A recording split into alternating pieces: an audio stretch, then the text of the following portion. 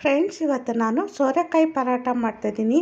ಸೋರೆಕಾಯಿ ಅಂತೂ ತುಂಬಾ ಒಳ್ಳೆಯದು ದೇಹಕ್ಕೆ, ಹಾಗೆಯೇ ತಂಪು ಕೂಡ ಇದು. ಇವತ್ತು ನಾನು ನಿಮಗೆ ಸೋರೆಕಾಯಿ ಪರಾಟ ಹೇಗೆ ಮಾಡೋದಂತ ತೋರಿಸ್ಕೊಡ್ತಾ ಇದ್ದೀನಿ. ಹಾಯ್, ಹಲೋ, ನಮಸ್ಕಾರ. ಆರ್ ಬಿ ಕಿಚನ್ ಕನ್ನಡ ಚಾನಲ್ಗೆ ನಿಮಗೆಲ್ಲರಿಗೂ ಸ್ವಾಗತ. ಇವತ್ತು ನಾನು ತುಂಬಾ ರುಚಿಯಾಗಿರುವಂತಹ ಸೋರೆಕಾಯಿ ಪರಾಟವನ್ನು ಮಾಡ್ತಾಯಿದ್ದೀನಿ. ಅದಕ್ಕಾಗಿ ನಾನಿಲ್ಲಿ ಒಂದು ಸೋರೆಕಾಯನ್ನು ತೊಗೊಂಡಿದ್ದೀನಿ. ಇದನ್ನು ನಾವು ಚೆನ್ನಾಗಿ ತೊಳ್ಕೊಬೇಕು. ಮೊದಲು ನೋಡಿ, ಇಲ್ಲಿ ನಾನು ತೊಳೆದು ಇಟ್ಕೊಂಡಿದ್ದೀನಿ. ನಾನು ಸಿಪ್ಪೆಯನ್ನು ಕೂಡ ತೆಗೆದಿಟ್ಕೊಂಡಿದ್ದೀನಿ. ಹಾಗೆಯೇ ನಾನು ಸೋರೆಕಾಯಿನಲ್ಲಿ ತುರಿದು ಇಟ್ಕೊಂಡಿದ್ದೀನಿ. ಇಲ್ಲಿ ನಾನು 1 ಕಪ್ಪಷ್ಟು ಗೋಧಿ ಹಿಟ್ಟನ್ನು ತೊಗೊಂಡಿದ್ದೀನಿ. ಹಾಗೆಯೇ ಒಂದು ಅರ್ಧ ಕಪ್ಪಷ್ಟು ಕಡಲೆ ಹಿಟ್ಟು, 1 ಸ್ಪೂನಷ್ಟು ಧನಿಯಾ ಪೌಡ್ರ್, ಆಮೇಲೆ 1 ಸ್ಪೂನಷ್ಟು ಮೆಣಸಿನ ಪುಡಿ, ಹಾಗೆಯೇ ಸ್ವಲ್ಪ ಕೊತ್ತಂಬರಿ ಸೊಪ್ಪು ಕಟ್ ಮಾಡಿ ಇಟ್ಕೊಂಡಿದ್ದೀನಿ. ಹಾಗೆಯೇ ಒಂದು ಅರ್ಧ ಸ್ಪೂನಷ್ಟು ಓವ ತೊಗೊಂಡಿದ್ದೀನಿ.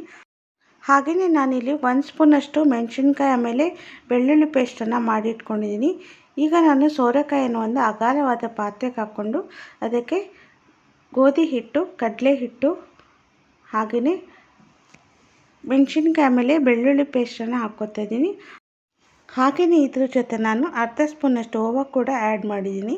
ಹಾಗೆಯೇ 1 ಸ್ಪೂನಷ್ಟು ಮೆಣಸಿನ ಪುಡಿ ಆದಮೇಲೆ ಧನಿಯಾ ಪುಡಿಯನ್ನು ಕೂಡ ಹಾಕ್ಕೊಂಡಿದ್ದೀನಿ. ಈಗ ನಾನು ರುಚಿಗೆ ತಕ್ಕಷ್ಟು ಉಪ್ಪನ್ನು ಹಾಕ್ಕೊತಾ ಇದ್ದೀನಿ. ಹಾಗೆಯೇ ಕೊನೆಗೆ ಕೊತ್ತಂಬರಿ ಸೊಪ್ಪನ್ನು ಕೂಡ ಆ್ಯಡ್ ಮಾಡ್ಕೊತಾ ಇದ್ದೀನಿ. ಅದ್ರ ಜೊತೆ ಒಂದು ಅರ್ಧ ಸ್ಪೂನಷ್ಟು ಹಳದಿ ಕೂಡ ಹಾಕ್ಕೊಂಡಿದ್ದೀನಿ.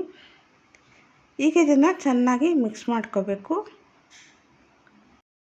ಕಲಿಸುವಾಗ ಮೊದಲೇ ನೀರನ್ನು ಹಾಕ್ಕೋಬೇಡಿ. ಮೊದಲು ಚೆನ್ನಾಗಿ ಮಿಕ್ಸ್ ಮಾಡ್ಕೊಂಬಿಟ್ಟು ಆಮೇಲೆ ಎಷ್ಟು ಬೇಕಷ್ಟೇ ನೀರನ್ನು ಹಾಕ್ಕೊಂಡು ಕಲಿಸ್ಕೋಬೇಕು. ಗಟ್ಟಿ ಕಲಿಸ್ಕೋಬೇಕು.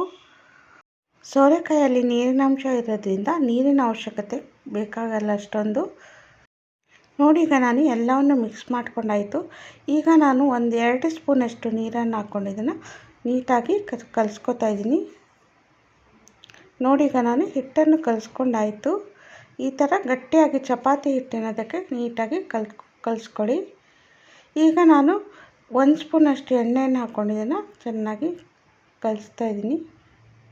ನೋಡಿ, ಈಗ ಹಿಟ್ಟು ರೆಡಿಯಾಗಿದೆ. ಈಗ ನಾನು ಒಂದು ಉಂಡೆಯನ್ನು ತಗೊಂಡು ಈಗ ಲಟ್ಟಿಸ್ತಾ ಇದ್ದೀನಿ. ನೀವು ಬೇಕಾದರೆ ಇದನ್ನು ಪ್ಲಾಸ್ಟಿಕ್ ಮೇಲೇನೂ ಕೂಡ ಹಾಕ್ಕೊಂಡು ಲಟ್ಟಿಸ್ಕೋಬೋದು. ಇಲ್ಲಾಂದರೆ ಡೈರೆಕ್ಟ್ ತವ ಮೇಲೆ ಕೂಡ ಇದನ್ನು ತಟ್ಬೋದು ನೀವು. ಇಲ್ಲಿ ನಾನು ಲಟ್ಟಿಸ್ತಾ ಇದ್ದೀನಿ. ಇದು ತುಂಬ ತೆಳ್ಳಗೂ ಲಟ್ಟಿಸ್ಬೇಡಿ, ಸ್ವಲ್ಪ ದಪ್ಪಗಿರಲಿ.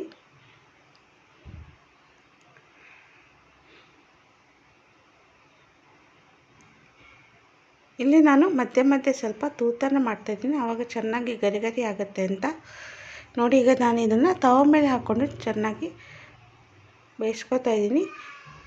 ಇಲ್ಲಿ ನಾನು ಒಂದು ಸೈಡು ತುಪ್ಪವನ್ನು ಹಾಕ್ಕೊಂಡು ಬೇಯಿಸ್ತಾ ಇದ್ದೀನಿ. ಪರಾಟಕ್ಕೆ ನಾವು ತುಪ್ಪವನ್ನು ಹಾಕ್ಕೊಂಡ್ರೆ ತುಂಬಾ ರುಚಿಯಾಗಿರುತ್ತೆ. ಈಗ 2 ಸೈಡು ತುಪ್ಪವನ್ನು ಹಾಕ್ಕೊಂಡು ಚೆನ್ನಾಗಿ ಕಾಯಿಸ್ಕೋಬೇಕು.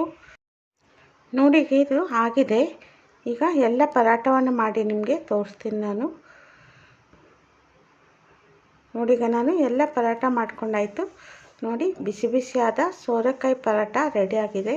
ತುಂಬಾ ರುಚಿಯಾಗಿರುತ್ತೆ ಇದು. ನೋಡಿ, ಬಿಸಿ ಬಿಸಿ ಪರಾಟ ರೆಡಿಯಾಗಿದೆ. ಇದು ಮೊಸರು ಜೊತೆ ಅಂತೂ ಸೂಪರಾಗಿರುತ್ತೆ ತಿನ್ನೋಕ್ಕೆ. ನೋಡಿ ಫ್ರೆಂಡ್ಸ್, ಬಿಸಿ ಬಿಸಿಯಾದ ಸೋರೆಕಾಯಿ ಪರಾಟ ರೆಡಿಯಾಗಿದೆ.